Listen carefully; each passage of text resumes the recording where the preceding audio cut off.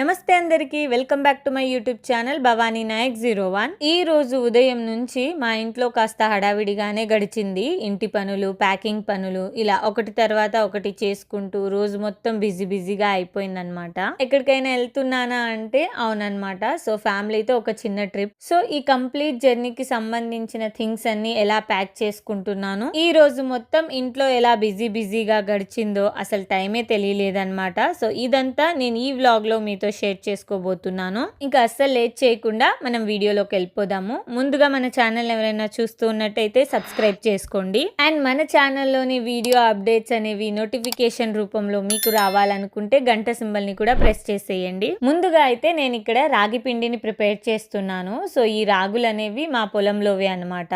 ఎప్పుడైనా నేను రాగి పిండి పట్టేటప్పుడు దాన్ని ముందుగానే మంచిగా క్లీన్ చేసుకొని వాష్ చేసేసి ఆరబెట్టేస్తానన్నమాట. ఏదైనా చిన్న రాళ్ళు కానీ దుమ్ము కానీ ఉంటే మంచిగా క్లీన్ అవుతుందని. ఇలా ప్రిపేర్ చేసుకున్న రాగి పిండి నాకు దాదాపు 10 to 15 డేస్ వరకు వస్తుంది. ప్రతిసారి నేను ఇంట్లోనే చేసుకుంటాను. మేమైతే దీంతో ఎక్కువగా రాగి జావా లేదా రాగి ముద్ద చేసుకుంటూ ఉంటామన్నమాట. వీక్ లో ఒక 2-3 టైమ్స్ అన్నా తింటాము. ఆల్మోస్ట్ అందరికీ తెలిసిందే రాగిలో ఐరన్, ఫైబర్ అండ్ కాల్షియం ఎక్కువగా ఉంటాయన్నమాట. సో ఇది చిన్నపిల్లల నుంచి పెద్దవారి వరకు అందరికీ చాలా మంచిది. తర్వాత ఇంకా పసుపు కొమ్ముల విషయానికి వచ్చేస్తే వీటిని నేను మార్కెట్ నుంచి తీసుకొచ్చాను. ఇవి నేను ఎక్స్పెక్ట్ చేసినంత సాఫ్ట్ గా అయితే అస్సలు లేవు, చాలా స్ట్రాంగ్ గా ఉన్నాయి. వీటిని నేరుగా మిక్సీలోకి వేసాను అనుకోండి, మిక్సీ ఖరాబ్ అయ్యే ఛాన్సెస్ ఎక్కువగా ఉన్నాయి. అందుకే ముందుగా చిన్న రోల్లో కొంచెం దంచి చిన్న ముక్కలుగా చేశాను. అలా దంచేటప్పుడు కూడా చాలా కష్టంగా అనిపించింది, అంత గట్టిగా ఉన్నాయి. కానీ ఇంట్లోనే తయారు చేసుకోవాలనే ఉద్దేశంతో కొంచెం సమయం తీసుకొని రెడీ చేసుకున్నాను. దీన్ని యాక్చువల్లీ కర్రీస్ లో యూస్ చేయడానికి కాదు, బట్ ఎవ్రీడే ఎర్లీ మార్నింగ్ నేను చిన్నగా కొంచెం తీసుకోవడం స్టార్ట్ చేశాను. రిజల్ట్ అయితే చాలా బాగున్నాయి. అందుకని ఇంకా బయట పౌడర్ తీసుకోవడం కంటే ఇంట్లోనే ప్రిపేర్ చేసుకుంటే బెటర్ కదా అని చెప్పేసి నేను ఇంట్లో ప్రిపేర్ చేసుకుంటున్నాను. ఇప్పుడు నేను ట్రిప్ కి కావాల్సిన లగేజ్ అంతా ప్యాక్ చేస్తున్నాను. ఇంకా మధ్యలో మా హరం వచ్చేసి నన్ను ఇరిటేట్ చేస్తుంది. ఈ రోజు దాంతో ఎక్కువ టైం స్పెండ్ చేయలేదు. రోజంతా కొంచెం బిజీగా ఉంది ఇంట్లో పని. ఇంకా అసలు మ్యాటర్ కి వచ్చేస్తే మేము వెళ్ళబోయేది తిరుపతి అన్నమాట. సో ఇది దాదాపు 4 డేస్ అనుకుంటున్నాము. చాలా రోజుల నుంచి అనుకుంటున్నాం వెళ్ళాలని. ఫైనల్లీ ఈ రోజు ఫిక్స్ అయిపోయింది అనమాట. టికెట్స్ అన్ని బుక్ అయిపోయాయి. సో ఇంకా మా ప్రయాణం అయితే స్టార్ట్ అయిపోతుంది. అంతకంటే ముందు ఈ ప్యాకేజ్ అన్నమాట. ఇది కేవలం ఒక రోజు ట్రిప్ అయితే కాదు, దాదాపు 4 డేస్ అని అనుకుంటున్నాము. సో తిరుపతిలో శ్రీవారి దర్శనం చేసుకున్న తర్వాత కాణిపాకం కూడా వెళ్ళాలని అనుకుంటున్నాము. హరతో తిరుపతి అండ్ కాళహస్తి అనేది 1-2 సార్లు వచ్చాము, కానీ కాణిపాకం అయితే ఇప్పటి వరకు వెళ్ళలేదన్నమాట. తనకి గణేష్ అంటే చాలా ఇష్టం, అందుకని ఆ గణేష్ దర్శనం కూడా చేసుకుందామని ఫ్యామిలీ మొత్తం వెళ్తున్నాము. అలాగే యాజ్ యూజువల్ శ్రీకాళహస్తి కూడా మా ప్లాన్ లో ఉందన్నమాట. సో తిరుపతి వెళ్ళిన ప్రతిసారి కాళహస్తికి కూడా వెళ్ళొస్తాము. ఈసారి కూడా అలానే అనుకుంటున్నాము. అందుకని ఈ 4 డేస్ కి సరిపడేలా అన్ని వస్తువుల్ని నేను ముందుగానే సర్దుకుంటున్నాను. అంతమందికి ఒక బ్యాగ్ అయితే సరిపోదు, అందుకని ఇంకొక చిన్నది ఎక్స్ట్రా కూడా తీసుకున్నాను. ఇందులో ఇంకా వాళ్ళ నానమ్మ బట్టలతో పాటు కొన్ని బెడ్షీట్స్ అండ్ హర బట్టలు కూడా ప్యాక్ చేస్తున్నాను. నేను ఎక్కడికి ట్రావెల్ చేసినా కంపల్సరీ నా ఓన్ బెడ్షీట్స్ అయితే నేను క్యారీ చేస్తాను. ఏది మర్చిపోకుండా ఉండాలని ఒక్కోటి చెక్ చేస్తూ ప్యాకింగ్ చేసుకుంటున్నాను. బట్టలు, చార్జర్స్ అండ్ అవసరమైన డాక్యుమెంట్స్ తో పాటు మెడిసిన్ అనేది ట్రావెలింగ్ లో చాలా ఇంపార్టెంట్. వాటితో పాటు వాటర్ బాటిల్స్ కూడా నేను ఎక్స్ట్రాగా పెట్టుకుంటున్నాను.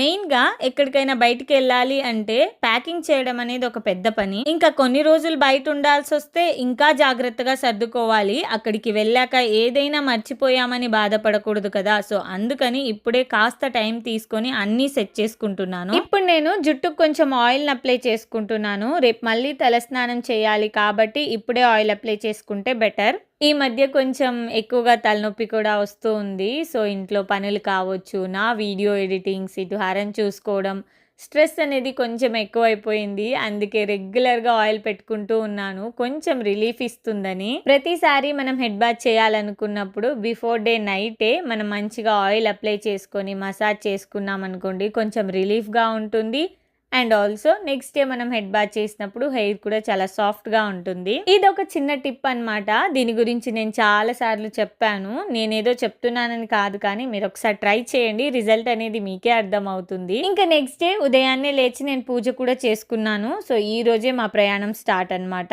నేను 2 నెలల క్రితమే 7 శనివారాల వ్రతాన్ని చేసుకున్నాను. ఆ వ్రతం చేసినప్పటి నుంచే స్వామివారిని దర్శించుకోవాలని మనసులో అనుకుంటూ ఉన్నాను. కానీ ఏదో ఒక కారణం వల్ల వెంటనే వెళ్ళడం అనేది కుదరలేదు.